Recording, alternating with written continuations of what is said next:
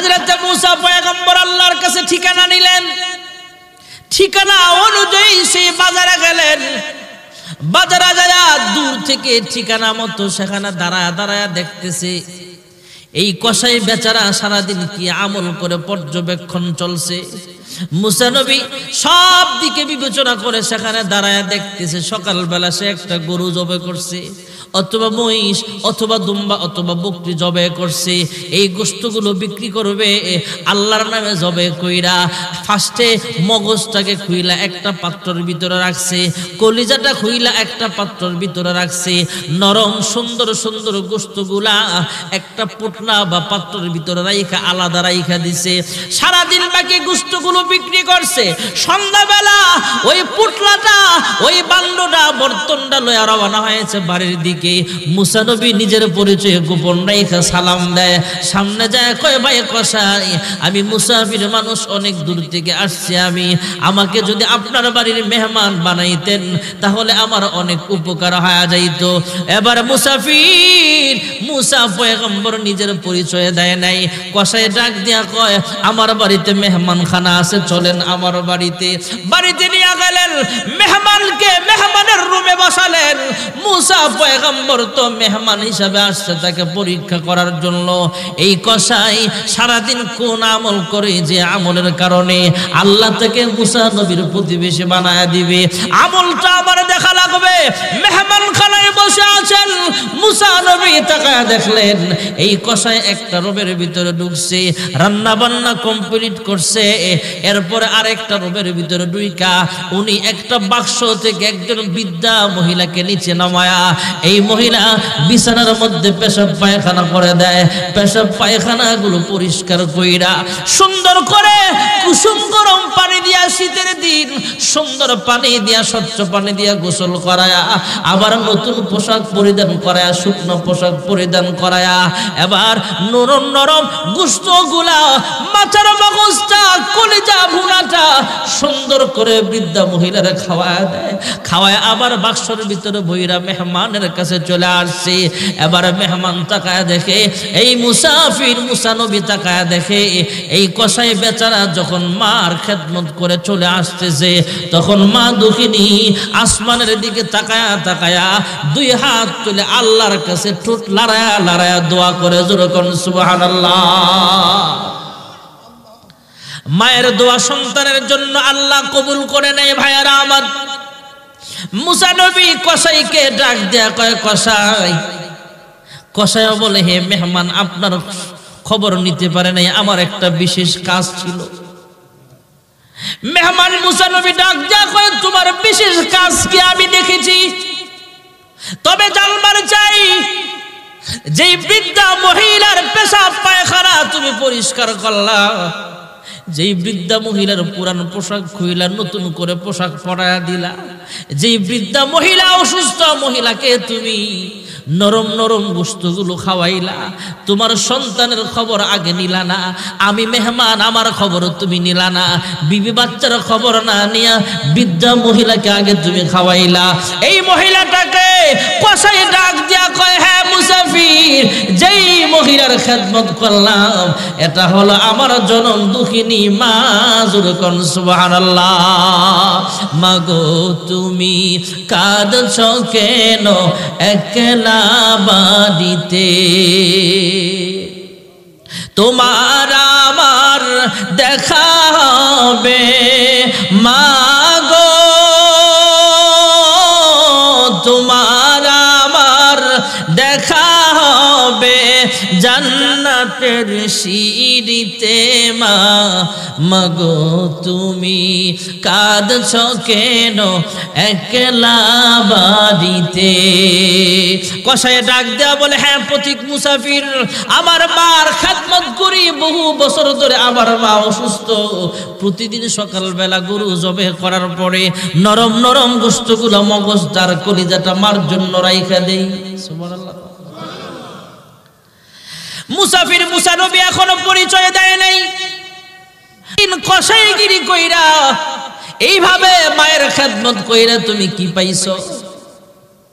এবার ডাক দিয়া কয় তোমার মা দেখলাম ঠোঁট লড়ায়া লড়ায়া কি যেন দোয়া করে, কি দোয়া করে। হ্যাঁ প্রতীক মুসাফির, এবং আমার মা দোয়া করে, 3টা দোয়া করে, তবে একটা দোয়া যে কবুল হয়েছে এটা আমি 100% শিওর। সুবহানাল্লাহ। বাকি 2টা দোয়ার খবর আমি জানি না। কয়েক 3টা দোয়ার মধ্যে প্রথম দোয়া করে, আল্লাহ আমার সন্তানটাকে দুনিয়ার হায়াতের জিন্দেগিতে সবচেয়ে সুখী মানুষ বানাও। হ্যাঁ প্রতীক মুসাফির, জানেননি আমি যদিও কসাই মানুষ, কিন্তু আমার মায়ের দোয়ার বরকতে আল্লাহ আমাকে সুখময় জিন্দেগি দান করেছে। জোরে করুন সুবহানাল্লাহ। আমরা তো মনে করি উঁচা উঁচা বিল্ডিং এ শান্তি না, যার মনে শান্তি আছে সে কুড়ে ঘরেও আরামে ঘুমায়, আর যার মনে শান্তি নাই আইফেল টাওয়ারে ঘুমাইলেও তার ঘুম আসে না ট্যাবলেট না খাইলে। এমন আছে না? না, মনের প্রশান্তি হলো আসল শান্তি। ভাইয়ারা আমার, গরিব হোক ধনী হোক কসাই হলেও আল্লাহ তাআলা তাকে সুখীময় জিন্দেগি দান করেছে। এবার ডাক দিয়া কয় তোমার মা আর কি দোয়া করে? কয় আমার মা আরো দোয়া করে আমি যেন জান্নাতের বাসিন্দা হতে পারি। আমার মা আরো দোয়া করে জান্নাতের বাসিন্দা শুধু এমন নয়, জান্নাতের মধ্যে যেন আমি মুসা নবীর প্রতিবেশী আল্লাহ আমারে বানায় দেয়। সুবহানাল্লাহ। হযরতে মুসা পয়গম্বর আবার পরিচয় দিলেন।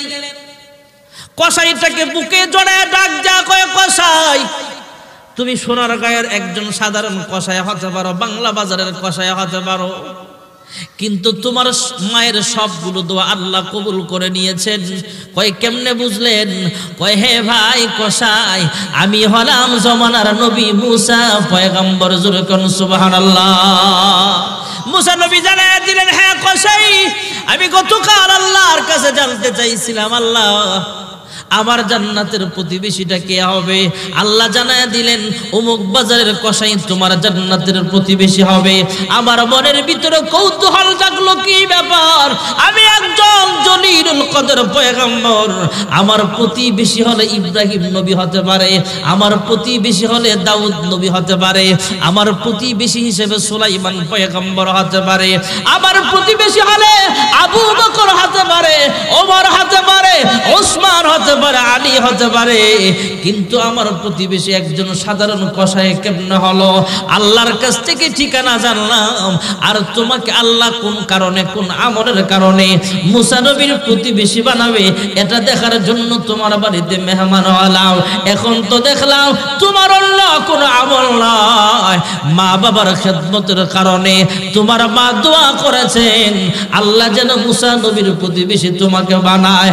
তোমার মায়ের এই দোয়াটাও আল্লাহ কবুল করে নিয়েছেন।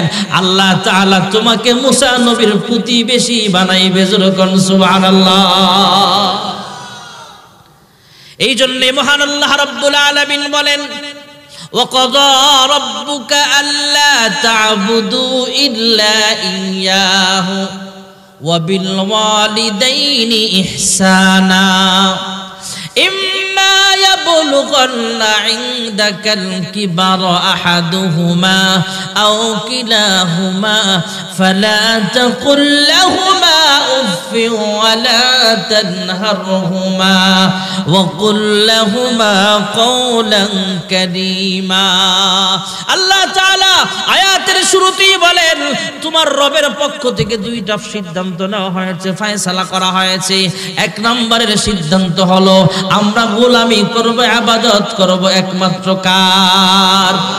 আরেকটা সিদ্ধান্ত আল্লাহ জানায়া দিলেন পিতা মাতার খেদমত করা, পিতা মাতার সাথে ভালো আচরণ করা, পিতা মাতার আচরণে বিরক্ত হইয়া উফ শব্দটুকু বলা যাবে না। পিতা মাতার কথায় বিবি তালাক দেওয়া যাবে, তবে বিবির কথার কারণে পিতা মাতাকে কষ্ট দেওয়া যাবে না।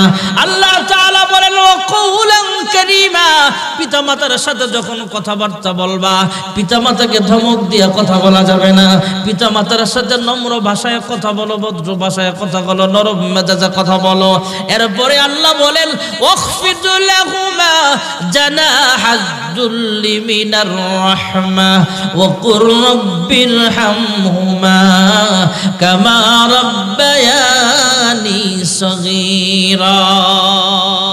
আল্লাহর কাছে দোয়া করা, আয় আল্লাহ আমার পিতা মাতা যেমন ছোট্টবেলায় আমার উপর রহম করেছেন, দয়া করেছেন, আমাকে মেরে ফেলে নাই, আমাকে নদীতে ভাসায় দেয় নাই, আমার মা বাবা পাহাড় থেকে ফেলায় আমাকে মাইরা ফেলে নাই, আমার মা বাবা নিজে কষ্ট করে চলছে তাহলে আমাকে কষ্ট দেয় নাই, মাথার গাম পায়ে ফাইলা কষ্ট কইরা রান্না বান্না করে আমাদেরকে খাওয়াইতো, বাবাও কষ্ট করেছে, মাও কষ্ট করেছে। আয় আল্লাহ আমাদের পিতা মাতা যারা অন্ধকার কবরে আছে, দুনিয়াতে যেমন পিতা মাতা আমাদের উপর রহম করেছিল, তুমিও পিতা মাতাকে জান্নাতুল ফেরদাউস দান করো, সকলে কোন আমিন।